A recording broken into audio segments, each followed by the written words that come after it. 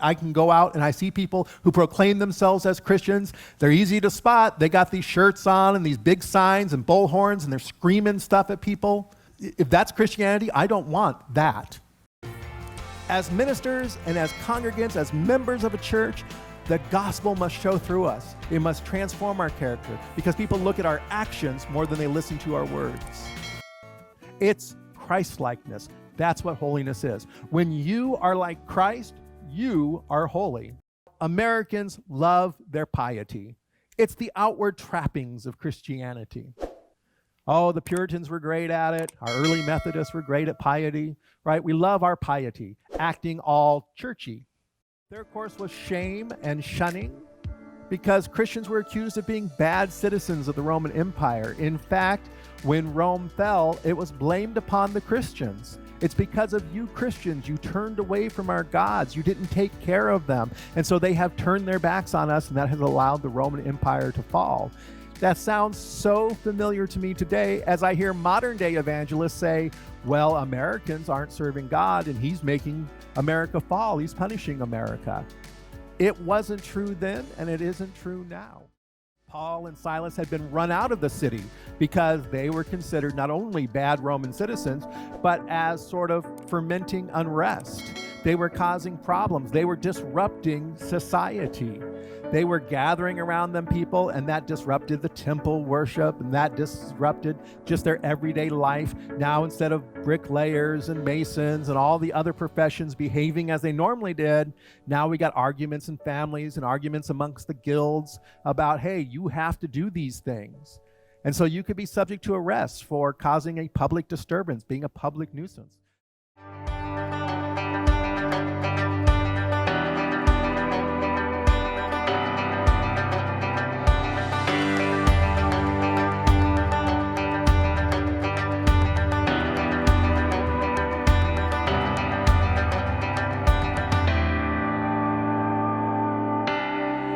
Good morning, Open Door Ministries, and to all our friends and family on Facebook and YouTube. It's good to be together again this Sunday in this forum. We are continuing our series in 1 Thessalonians, what I called Uncertain, the Church During Difficult Times. And indeed, we are living in uncertain times. Sometimes we're not even sure what the new rules are going to be from one week to the next, but the Thessalonians survived during difficult times and they thrived, and we too can not only survive but thrive during these difficult times.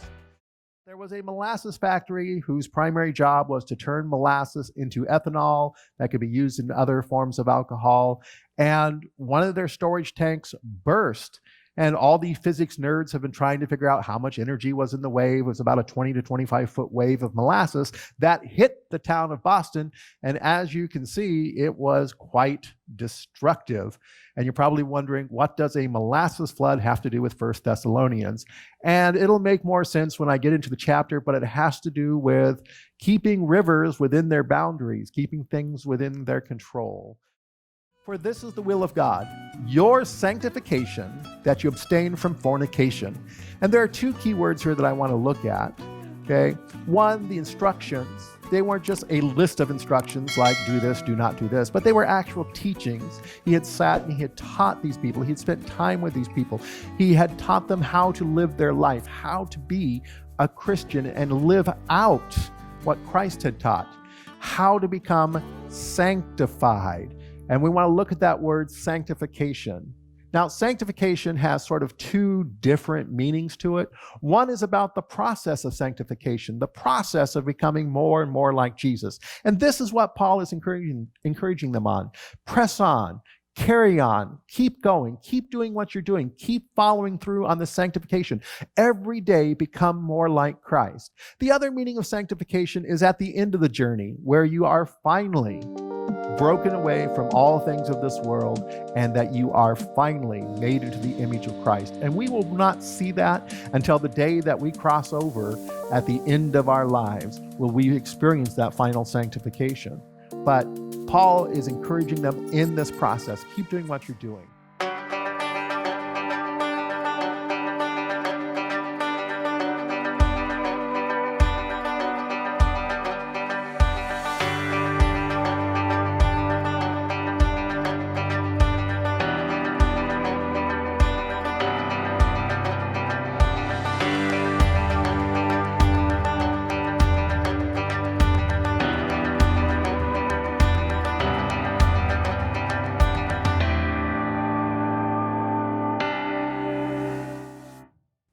In 1 Thessalonians 6:8, it says this, that no one wrong or exploit a brother or sister in this manner. In what manner? In this porneia manner, in this idea of sexuality, that you are not to wrong or exploit a brother or sister in this matter, because the Lord is an avenger in all these things. Just as we have already told you beforehand and solemnly warned you, for God did not call us to impurity, but to holiness. Therefore, whoever rejects this rejects not human authority, but God, who also gives you his Holy Spirit to you. Paul is giving them a very strong warning. We've already told you, do not be involved in these things. And to reject this is to reject your holiness, this sanctification, this setting apart, this moving away from the worldly ways into the kingdom of God, this becoming more and more like Christ. You are rejecting this if you involve yourself in all of these things. Do not wrong or exploit a brother or sister in this matter. And it's really, again, setting this into the connotation of a loving relationship. You've learned to love each other, push forward, carry on, love each other more. Now make sure that you are carrying it on in this particular context. 1 Thessalonians 9, verses 9 through 12 is what it says.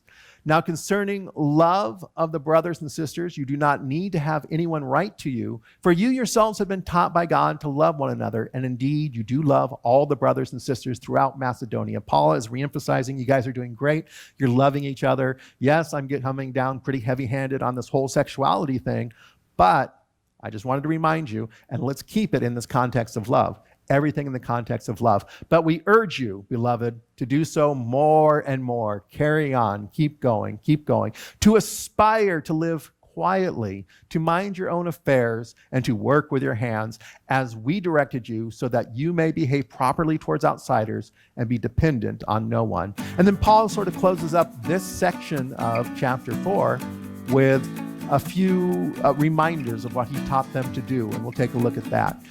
So again, context of love. Love one another. Everything we do is in this context of love for one another. And he says this. And again, this brings us to the idea of worshiping God by living out what he teaches us. How do we live this out in our own life? And it's don't let your desires get out of control. Do not let your desires get out of control. Like a river, it needs to stay within its river banks. And what are the banks of that river? Loving relationships. Loving relationships with mutual consent. Loving relationships with mutual consent between adults. So we need to be very careful about this, right? Channel your desire into a healthy mutual relationship. We need to be careful, especially in modern day times. There are people who have sexual addictions and porn addictions, and this is where it just gets out of control. They can't go the day without having sex with someone or something. And so these are people who need actual treatment. This is not a problem the church can solve. I can't just lay hands on you and pray that it's going to go away. You need actual treatment. So if you find yourself in sexual and porn addiction, you need to find someone in psychiatric or psychological help who can help you with this kind of addiction, right? Do not engage in exploitative relationships. And this would be a lot of your prostitution and human trafficking, right? Taking advantage of people. Do not get involved in this kind of thing. Human trafficking is a very big issue, not only in our country, but in many other countries. And as Christians, we should take the strongest possible stand against human trafficking. It exploits another human being, but more than that, it's one of the most violent things that can happen to another person. To have their body physically violated by another person to satisfy that person's wants. It's a betrayal of trust, and there is no love involved in it whatsoever. This is in no way, no shape, no form a loving act, and that is what makes it immoral. And human trafficking needs to be stopped, and I encourage you, whatever you can do to cease human trafficking, do it. We need to be careful with our children, our teens, and our minors. You know, I have seen oftentimes, especially online, all kinds of bizarre, diverting arguments. Somebody will say, well, that guy, you know, he molested a teenager. He's a pedophile. No, he's not a pedophile. He's an ebophile or a hebephile or whatever the technical term is. But we recognize that our children, our teens, that all minors are not capable of giving consent, that they do not fully understand what it means to enter into this loving, mutual relationship. And so to be sexually involved with a child or a teen or a minor is a violation and an exploitative relationship. And we should not in any way, any shape, condone it. We must condemn it for what it is. It is sexual immorality. And so we must stand very strongly as Christians, encouraging and hope and helping couples foster good, healthy sexual relationships and mutual loving relationships, and to help all of our young men and young women to grow up not in this crazy purity culture that's a twisted form of patriarchy, but instead to understand that the goal is to enter into one of these loving, mutually respectful relationships that is non-exploitative. The church has a lot to do. I wrote a blog post a while back. It was on the church and sex education and how the religious right are so opposed to sex education, and that they're not really pro-life, they're more pro-birth, that they could really lower the rate of abortions in this country if they would just promote good, healthy sex education.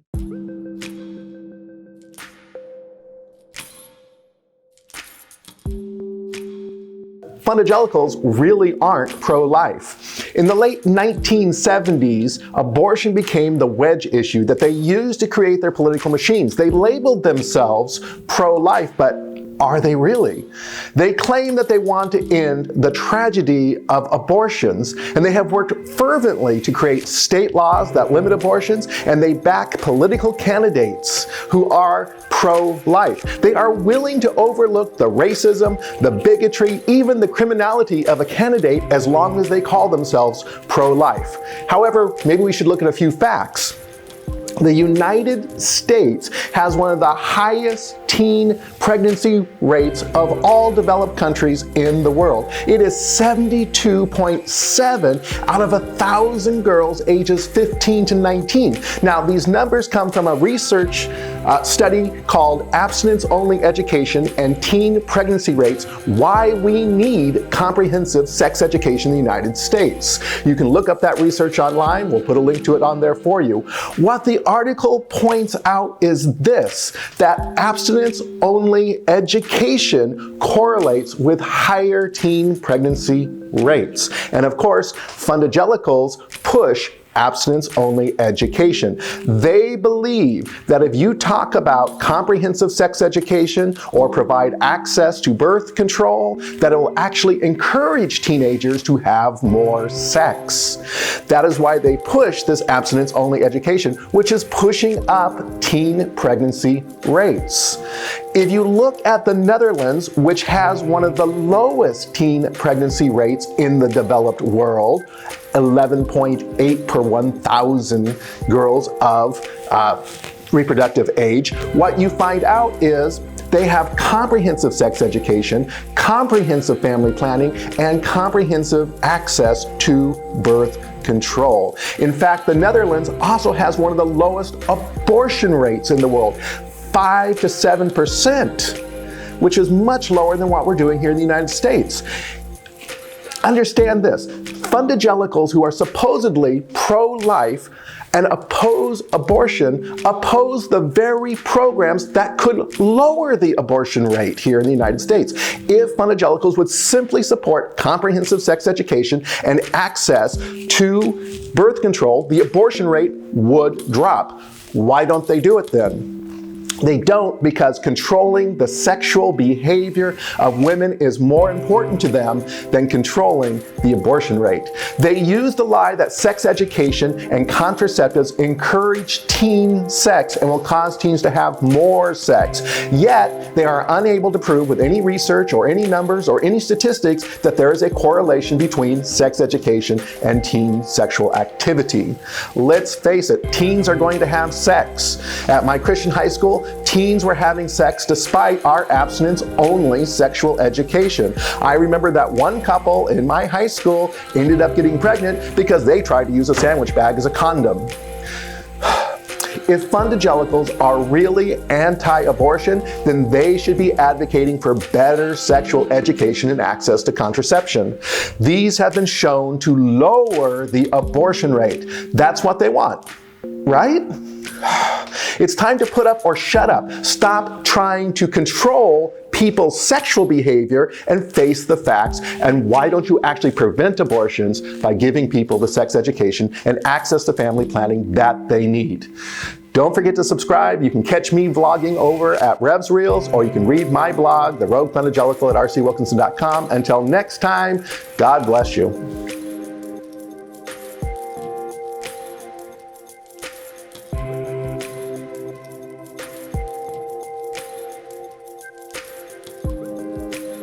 And you can find a link to that blog. I'm sure Deborah will put one up for you.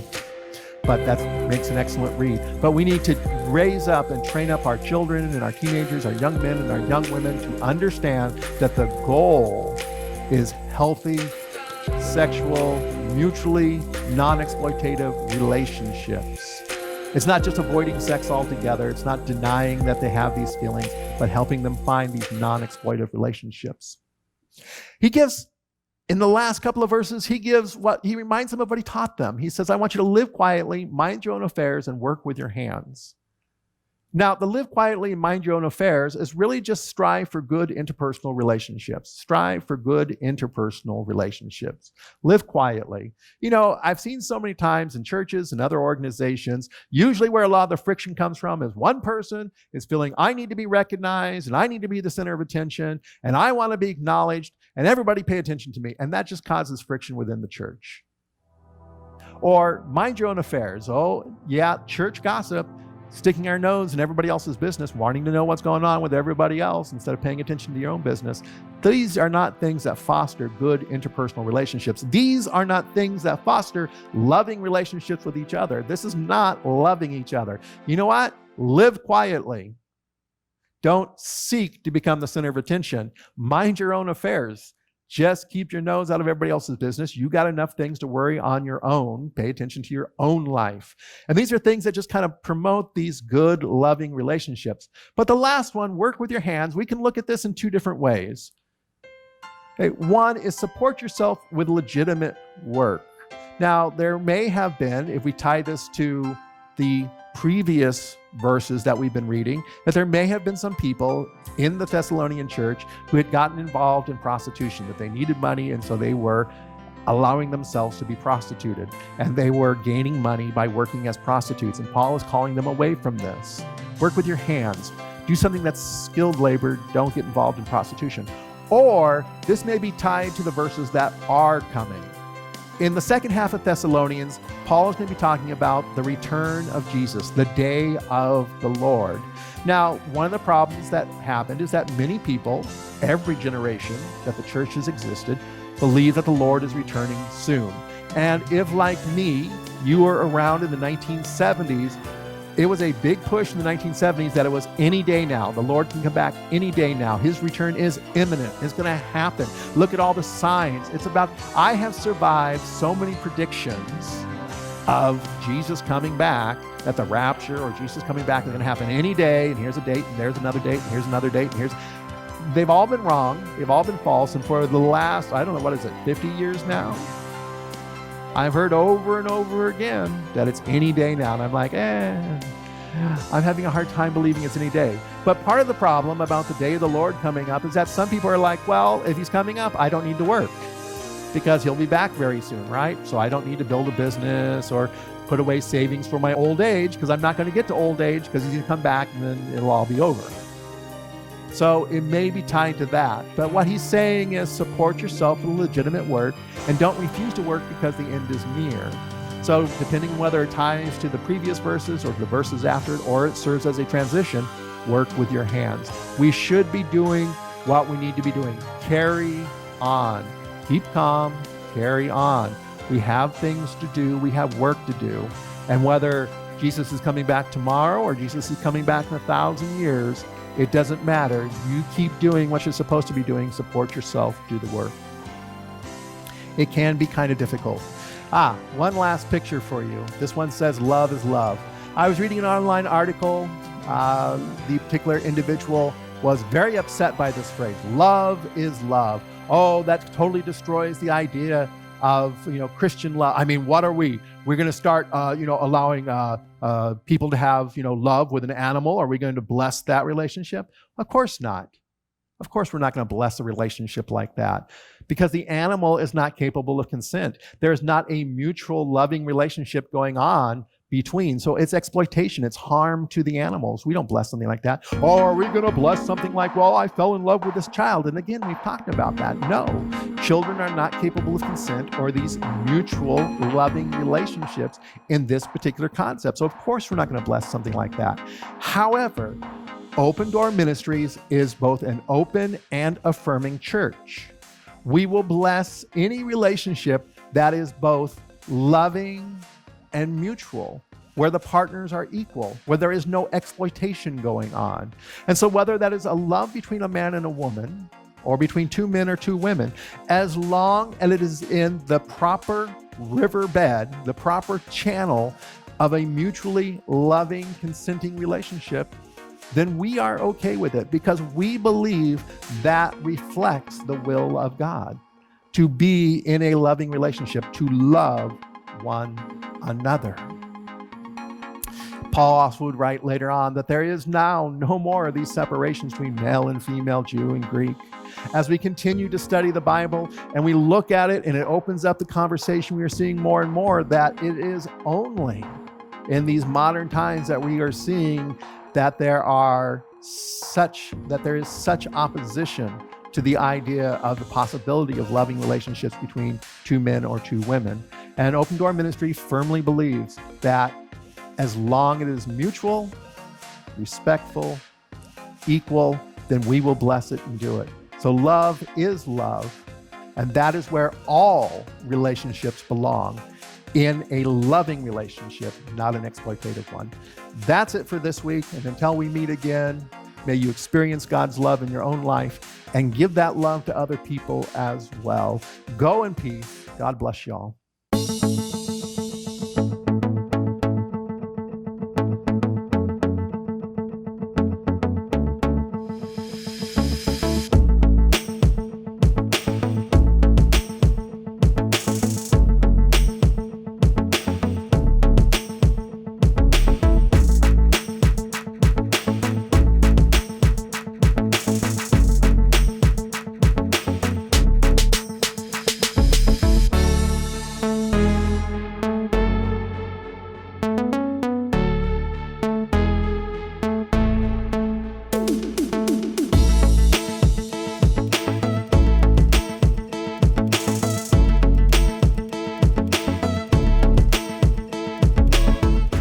And perhaps the idea of uncertain really applies to this week's message and next week's message, because we are talking about the second coming of Jesus and what will be happening and when that will be happening. And if there's anything more uncertain for the church, it's probably things having to do with the Lord's return. One of the questions was, well, you told us that if we become Christians that we're going to go to heaven with Jesus, but some Christians have died. Verse 17, and this is one of those really tricky verses. We've got to put this verse back into context. So I'm going to spend some time putting verse 17 in context, looking at 4 particular words that we need to look at to really understand this verse.